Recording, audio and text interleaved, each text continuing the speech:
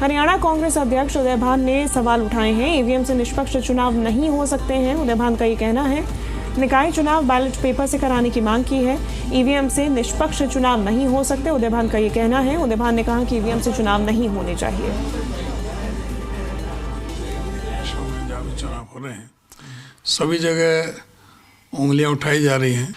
अब ये जो चुनाव हैं नगर निगम के और नगर परिषद और नगर पालिकाओं के, ये छोटे ही चुनाव हैं, ज़्यादा चुनाव नहीं है। इसमें तो बैलेट पेपर में कोई दिक्कत नहीं होनी चाहिए, क्योंकि ईवीएम के बारे में सुप्रीम कोर्ट में भी केस चल रहे हैं, हाई कोर्ट में भी केस चल रहे हैं। इसलिए हम ये चाहते हैं कि ये लोकल बॉडीज़ के चुनाव बैलेट पेपर पर कराए जाए। तो विजय लगातार हमारे साथ बने हुए हैं। विजय, लगातार मांग की जा रही है कांग्रेस की तरफ से कि ईवीएम से चुनाव कराए जाएं।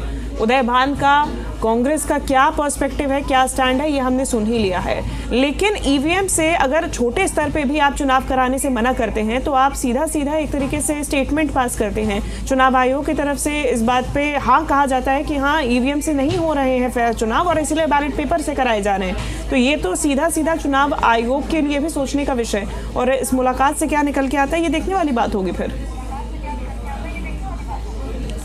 देखिए, चुनाव आयोग की तरफ से जो उनका जो रुख है चुनाव आयोग का बिल्कुल साफ है, क्योंकि जब विधानसभा चुनाव भी हुए थे उस समय भी ये मामला बहुत उछला था। कांग्रेस ने तरह तरह के आरोप लगाए थे, कई तरह की बातें जाहिर की थी, हाई कोर्ट तक मामला गया था, सुप्रीम कोर्ट तक भी मामला गया था। लेकिन उसके बावजूद चुनाव आयोग का ये साफ तौर पर यह कहना था कि ईवीएम पूरी तरह से सुरक्षित है और किसी भी तरीके से ईवीएम से छेड़छाड़ नहीं की जा सकती और चुनाव परिणाम को प्रभावित नहीं किया जा सकता। इसका 1% भी जो चांस है वो नहीं है कि ईवीएम से छेड़छाड़ की जाए, चुनाव परिणाम प्रभावित किया जाए या वोटों की गिनती को अदला बदली की जाए, इसकी संभावना है ही नहीं। तो यानी चुनाव आयोग एक तरफ रुख जो है वो बिल्कुल साफ है चुनाव आयोग का, और इसी रुख पर चुनाव आयोग आगे भी जो है वो कायम रह सकता है, इसमें कोई दोहराए की बात नहीं है। हालांकि आज प्रतिनिधिमंडल कांग्रेस का जरूर मिलेगा, लेकिन उनकी बात मानी जाए, हरियाणा में नगर निकाय चुनाव बैलेट पेपर से हो, इसकी भी संभावनाएं लगभग ना के बराबर हैं। क्योंकि अगर हरियाणा में ऐसा किया जाता है, चुनाव आयोग ऐसा करता है, तो जाहिर तौर पर ईवीएम के ऊपर जो है आगे भविष्य में और ज़्यादा सवाल जो है वो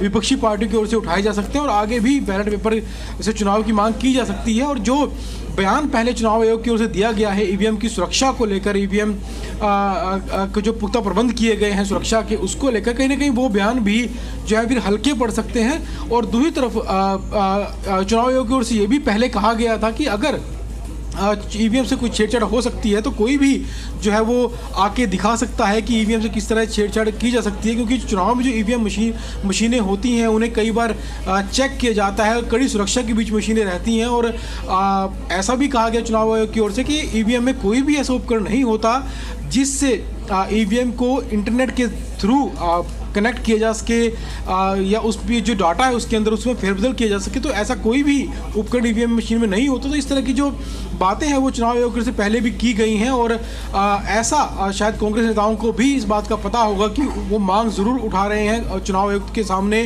कि बैलेट पेपर से चुनाव करवाए जाएँ, लेकिन इसकी संभावनाएँ लगभग ना के बराबर है कि चुनाव आयोग इस पर तैयार होगा। क्योंकि चुनाव आयोग पहले बात साफ कर चुका है कि ईवीएम से चुनाव बेहद सुरक्षित तरीके से करवाए जाते हैं और अपनी ही इस बात को कहीं ना कहीं चुनाव आयोग हल्का भी नहीं होने देगा। और चुनाव आयोग की ओर से कहा भी गया है कि अगर कोई साबित कर सकता है तो वो साबित करके दिखा सकता है कि ईवीएम से किस तरह छेड़छाड़ की जा सकती है। साथ ही साथ कांग्रेस जिस तरह से सवाल इस समय ईवीएम पर उठाए जा रहे हैं, और ये कोई नई बात नहीं है, इससे पहले भी जितने चुनाव हुए हैं उनमें भी कांग्रेस की ओर से ईवीएम पर जो सवाल हैं वो उठाए गए हैं और मामला जो है सुप्रीम कोर्ट तक पहुंचा हुआ है। और सुप्रीम कोर्ट की ओर से भी अगर कोई निर्देश आगे आता है तो उसमें भी जो है चुनाव आयोग उसका पालन जरूर करना पड़ेगा। लेकिन इस तरह से कोई नेता अगर अपील करे कि चुनाव बैलेट पेपर से करवाया जाए तो शायद ये चुनाव आयोग के लिए भी संभव नहीं होगा। निश्चित तौर पे विजय, और अगर इस प्रकार से चुनाव आयोग की तरफ से भी बात मानी जाती है तो अपनी ही बात काटने वाली बात होगी। और चुनाव आयोग, जैसा आप भी कह रहे हैं, कि अपना रुख पहले ही स्पष्ट कर चुका है। अब देखना होगा मुलाकात में क्या कुछ निकल के आता है। फिलहाल आपका बहुत शुक्रिया विजय, ये तमाम जानकारी हम तक